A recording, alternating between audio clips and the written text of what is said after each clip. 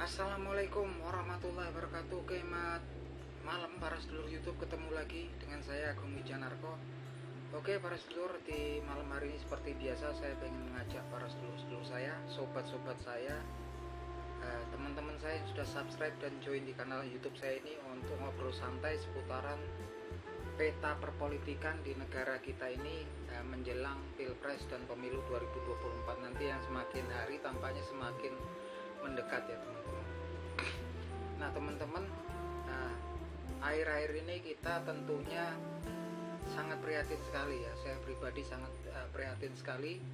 Begitupun juga mungkin para sobat-sobat seluruh lapisan masyarakat dan warga negara Indonesia tentunya sangat prihatin karena memang menjelang Pilpres dan Pemilu 2024 nanti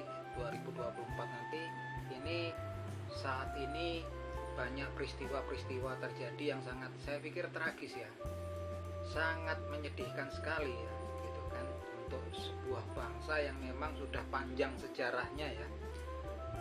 Seperti yang kita tahu beberapa waktu belakangan ini ada sebuah ya, ada lembaga negara yang fungsinya tugasnya adalah menangkap para koruptor gitu kan. Justru di situ kemudian ada oknum daripada kepala lembaga tersebut yang kemudian menjadi tersangka pemerasan daripada tersangka koruptor yang kasusnya lagi ditangani oleh lembaga tersebut gitu kan. Walaupun masih dalam taraf dugaan gitu kan sebagai tersangka, tapi yang jelas kalau hal ini betul-betul terjadi gitu kan, betul-betul terbukti gitu kan, sangat memprihatinkan sekali teman-teman. Belum sembuh daripada keprihatinan kita kalau kita ingat tilik ke belakang ketika zaman pandemi corona melanda negara kita ini ya teman-teman.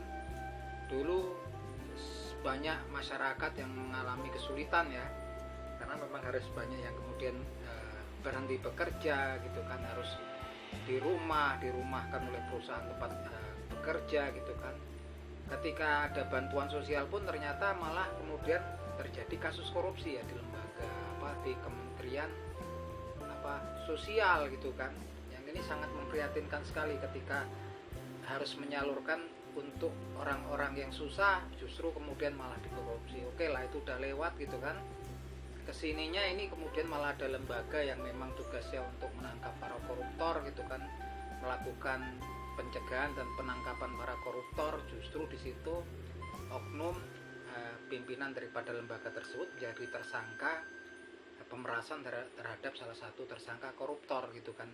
Ini sangat menyedihkan sekali teman-teman. Jadi teman-teman, kalau kita melihat beberapa flashback ke belakang dan kejadian-kejadian yang sebetulnya bikin prihatin kita sebetulnya sebagai warga negara, walaupun kita ini cuma bisa memberikan suara ketika nanti pilpres ataupun pemilu ya teman-teman, kita sebaiknya kemudian untuk berpikir secara cerdas, berpikir secara dewasa, berpikir secara logis, dan kemudian kalau bisa kita nggak perlu lagi kemudian dalam memilih, dalam menentukan pilihan kita menggunakan emosi, fanatisme, fanatisme yang berlebihan, baik itu kesukuan, baik itu kemudian terhadap kelompok tertentu, terhadap golongan tertentu, orang-orang tertentu. Yang terpenting adalah kita menggunakan logika kita, menggunakan kebijakan kita dalam berpikir gitu kan. Siapapun yang akan kita pilih nanti, kita betul-betul harus melihat rekam jejaknya gitu kan, melihat ide dan gagasannya terhadap gimana ide dan gagasannya dalam memberikan solusi-solusi terhadap masalah-masalah yang memang saat ini terjadi di bangsa kita ya. Ini sangat memprihatinkan sekali kalau kita lihat ya. Salah satunya adalah korupsi ya gitu kan, yang jumlahnya juga nggak kira-kira gitu kan, dan memang kemudian menjadi konsumsi publik gitu kan. Jadi kalau kita lihat memang saat ini memang sangat memprihatinkan sekali. Saya berharap saya pun sendiri secara pribadi tetap akan berusaha mencari pemimpin yang memang pilihan gitu kan, yang kemudian kalau kemudian pemimpin tersebut terpilih, muncul memimpin bangsa kita ini ke depannya gitu kan, itu orang-orang yang berpotensi, the right man on the right place gitu kan, bisa muncul lagi dan memberikan kontribusinya di negara kita ini ya. Ini jelas-jelas ya teman-teman. Nah kalau kita lihat memang saat ini memang kita sudah memiliki 3 pasangan capres dan cawapres, yaitu Anies Baswedan dan Gus Muhaimin Iskandar. Di satu sisi kemudian ada Ganjar Pranowo dan Profesor Mahfud MD, dan juga ada Prabowo Subianto, Gibran Rakabuming Raka. Saat ini pun juga tampaknya memang sangat mengkhawatirkan kalau menurut saya sendiri ya, karena memang kemudian udah ada gesekan gitu kan, daripada pendukung daripada salah satu capres dan cawapres dengan capres dan cawapres, pendukung capres dan cawapres yang lain. Tuh. Friksi udah mulai ada ya gitu kan.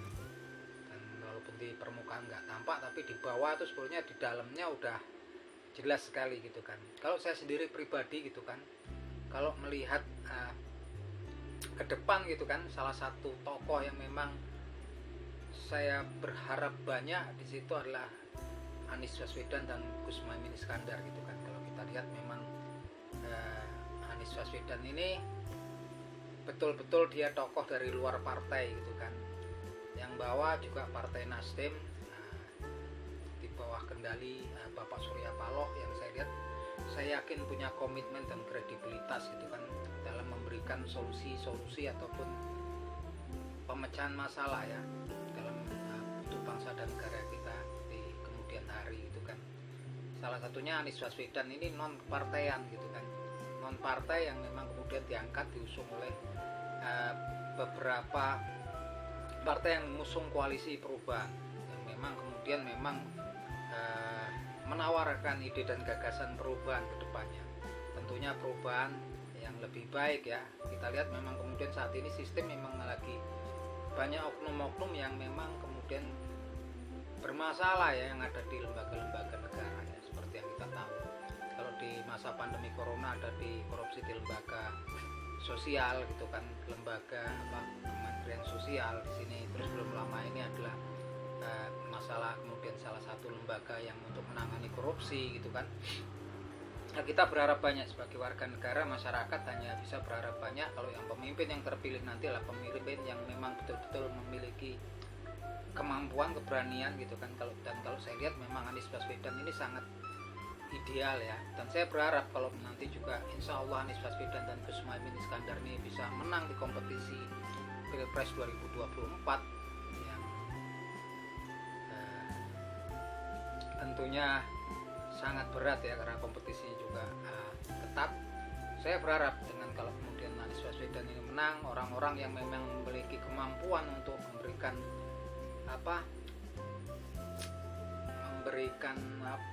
sumbangsi untuk pembangunan negara kita ke depannya, seperti kayak Bapak Gatot Nurmantio gitu kan, ada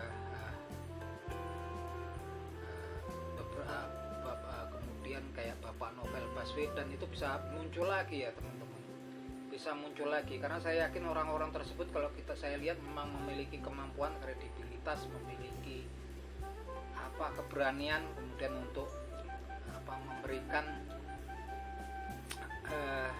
sesuatu untuk bangsa kita ini demi kemajuan dan kesejahteraan bangsa dan negara kita ini ke depannya ya. Karena memang yang dibutuhkan orang-orang yang betul-betul memiliki kredibilitas, memiliki keberanian gitu kan. Itu. Karena kalau kita lihat kan memang beberapa tahun belakangan ini berkutatnya banyak masalah tentang masalah korupsi ya teman-teman, dan itu kayaknya sepertinya dibutuhkan memang orang-orang yang betul-betul memiliki kredibilitas dan keberanian gitu kan. Kalau saya lihat di seberang tuh ada dari pasangan Bapak Ganjar Pranowo, Pak Profesor Mahfud MD itu Profesor Mahfud MD itu ya memiliki kompetensi, memiliki keberanian, memiliki kredibilitas juga untuk menangani kasus-kasus itu ya, kalau kemudian terpilih gitu kan. Tapi di sini saya lihat saya tetap berharap banyak Pak Anies Baswedan dan Gus Muhaimin Iskandar ini bisa memenangkan, sehingga kedepannya nanti orang-orang yang memiliki keberanian, memiliki kredibilitas, memiliki kemampuan untuk memberikan solusi-solusi terhadap problem-problem masalah di negara kita ini bisa muncul lagi. Ambil contoh seperti Bapak Gatot Nurmantio ataupun kemudian Bapak Novel Baswedan ya. Memang saya yakin mereka memiliki keberanian, memiliki kredibilitas untuk kemudian memberikan sumbangsinya untuk negara kita ke depannya gitu kan. walaupun prosesnya ini masih panjang gitu kan, tapi yang jelas sebagai pemilih, sebagai warga negara, sebagai masyarakat tentunya kita hanya bisa berharap, dan saya pun cuman berharap bahwasanya teman-teman gitu kan untuk kemudian berpikir ulang gitu kan ketika ingin melabuhkan pilihannya gitu kan, baik nanti di pilpres ataupun di pemilu gitu kan. Nah ini teman-teman, dan untuk para sobat Anies Baswedan, para sedulur Anies Baswedan, saya tetap menyampaikan salam seduluran buat semua gitu kan. Tetap yakin gitu kan bahwasanya Anies Baswedan dan Gus Muhaimin Iskandar ini memiliki peluang yang sangat besar, dan jalannya juga memang udah benar saat ini ya, pasangan Anies Baswedan Gus Muhaimin Iskandar ini, untuk kemudian tidak larut, tidak kemudian tercebur dalam gesekan ataupun konflik terhadap yang selagi terjadi ya, tentunya dari kubu seberang yang ada dua kapal besar yang lagi bergesekan gitu kan. Tentunya sudah langkahnya sudah tepat untuk calling down, untuk menjaga posisi netral saja gitu kan, karena ya biarlah gitu kan, kalau memang ada gesekan di sana kayaknya sepertinya cukup netral, nggak perlu terpancing untuk ikut dalam gesekan-gesekan, friksi-friksi yang terjadi saat ini gitu kan. Kalau saya lihat memang saat ini dari hari ke hari popularitas Anies Baswedan dan Gus Muhaimin Iskandar tuh di pelosok-pelosok pedesaan, pelosok-pelosok kampung, di warung-warung kopi banyak diperbincangkan orang ya. Yang memang kalau dulu juga nggak begitu banyak orang yang tahu kalau di pelosok-pelosok pedesaan, kampung-kampung itu kan. Kalau sekarang mulai banyak orang perbincangan, apalagi kalau kemudian melihat kondisi saat ini ya, dalam kondisi memang krisis ekonomi sosial udah melanda dunia, dan sepertinya juga udah merembet ke negara kita gitu kan. Banyak orang yang kemudian tertarik, orang yang kemudian mulai berpikir tentang gagasan perubahan ya, gagasan perubahan demi perbaikan bangsa dan negara ini ke depannya. Dan itu salah satunya yang menawarkan adalah satu-satunya adalah Anies Baswedan, karena memang dua calon yang lainnya gagasannya adalah keberlanjutan ya, keberlanjutan daripada program-program yang sudah dimulai di zaman Presiden Joko Widodo gitu. Yang jelas saya berharap teman-teman menggunakan akal sehat, logika dan kebijaksanaannya, dan kita sisihkan sifat-sifat primordial seperti fanatisme kelompok golongan gitu kan, ataupun kesukuan tertentu dalam melabuhkan pilihannya gitu. Oke gitu teman-teman, saya mohon doanya buat dari teman-teman agar pasangan Anies Baswedan dan Gus Muhaimin Iskandar ini selalu mendapatkan lindungan dari Allah Subhanahu wa taala dan mendapatkan kelancaran di Pilpres 2024 nanti. Begitupun juga saya berharap bahwasanya nanti kalaupun mereka bisa memenangkan kompetisi di Pilpres 2024, partai-partai pengusung yang mendukung beliau berdua ini juga mendapatkan suara yang besar ya, karena memang kemudian kalau pilpresnya menang tapi kalau kemudian dalam pemilunya gitu kan partai-partai pengusungnya suaranya nggak begitu besar, tentunya juga kendali ide-ide perubahan juga pastinya nggak akan berjalan dengan lancar gitu kan. Oke gitu teman-teman, kalau ada teman-teman yang memiliki analisa-analisa yang berbeda dari saya, silahkan komen di bawah. Ini sekedar obrolan perpolitikan, siapapun intinya kita semua berharap bahwasanya pemilu dan pilpres 2024 nanti berjalan dengan baik, aman, tentram, damai gitu kan, sehingga dapat memunculkan pasangan yang betul-betul bisa memberikan solusi terhadap masalah-masalah yang memang sudah menanti bangsa dan negara ini di kedepannya ya gitu kan. Oke itu teman-teman, salam seduluran dari saya Agung Wijanarko dari Yogyakarta ya.